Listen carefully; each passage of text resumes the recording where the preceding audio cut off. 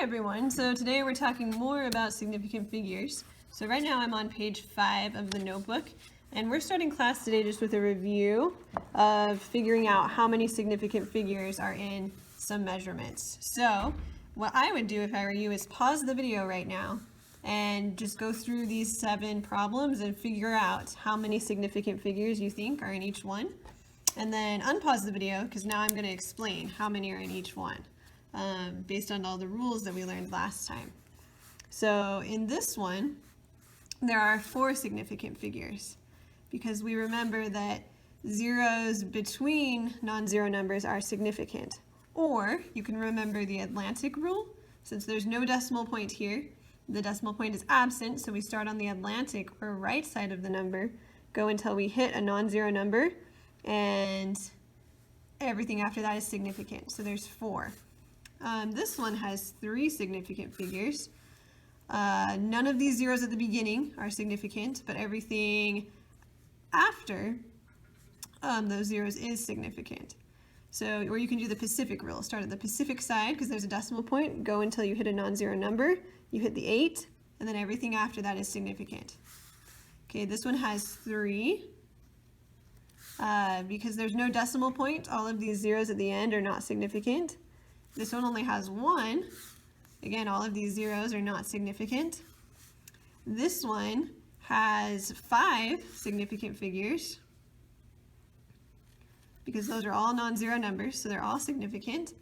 This one has 4 because there is a decimal point, so that means all those zeros are significant. Or if you do the Pacific rule, you'd start here, you hit that 4, and then everything after that is significant. And then with scientific notation, everything before the 10 is always going to be significant. So that one has 3. Okay, so hopefully you feel comfortable with that.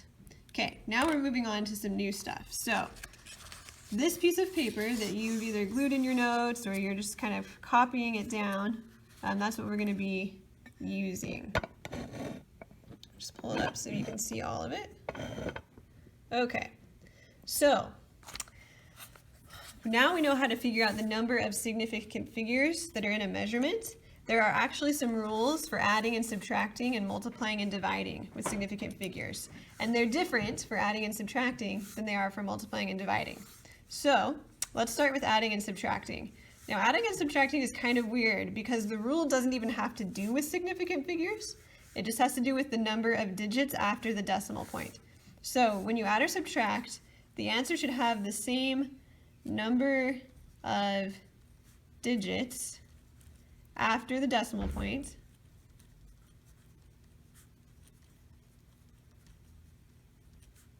as the addend with the lowest number of decimal places. Now when I say addend, that's just like numbers that you're adding. Okay, so that sounds really complicated, but what that means is just look at how many decimal places each of these numbers have. So this one has 4 numbers after the decimal point. This one has 3 numbers after the decimal point. And this one has 2 numbers after the decimal point. So that means my answer can only have 2 numbers after the decimal point. So I'm going to get a calculator and work this out. So we're going to type in 13.38 for 3 plus 1.012 plus 3.22. Okay, and that's my answer, but because of the rules, I can only have 2 numbers after my decimal point. So my answer is going to be 17.62 because I'm going to round that 1 up to 2. And then I've got 2 numbers after the decimal point. Okay, now subtraction is the same thing. So if we look at this number, it has 0 numbers after the decimal point, and this one has 6. So my answer can't even have any numbers after the decimal point. So if I put that in my calculator,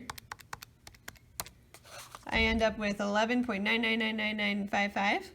But since this one doesn't have any numbers after the decimal point, I can't even have any numbers after the decimal point. So my answer is going to be 12, which is really weird because that's the same as this number right here. But that's just how it works out. It's like this measurement is so inaccurate that this one that's so precise doesn't even affect it. Okay, So those are the rules for adding and subtracting. Now here are the rules for multiplying and dividing.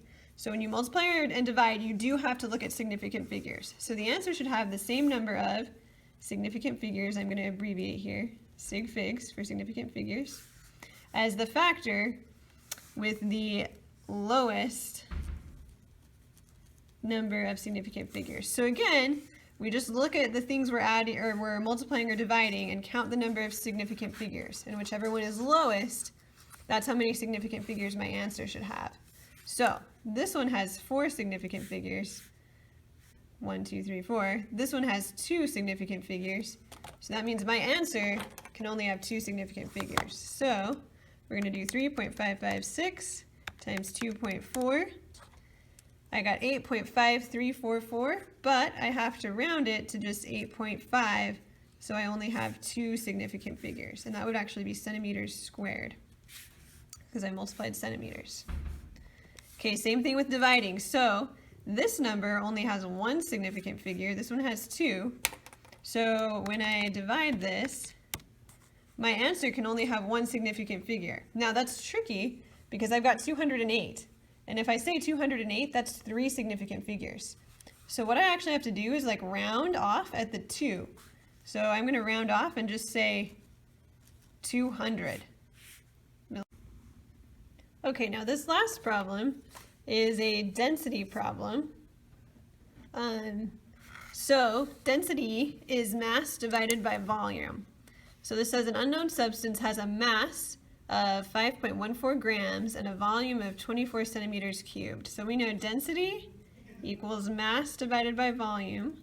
So we need to do 5.184 grams divided by 24 centimeters cubed. Now our rules for division with significant figures apply. So since this number has 4 significant figures, and this number, the 24, has 2 significant figures, my answer can only have... Okay, sorry that last video cut off. So, because we're dividing here, we need to look at the lowest number of significant figures, which is 24. So that one has 2 significant figures. So our answer can only have 2 significant figures. So when we divide 5.184 by 24, we get 0.216, and we would need to round that to 0.22. grams per centimeter cubed. Okay, so the next thing we're doing in class is we're going to do a little bit of practicing,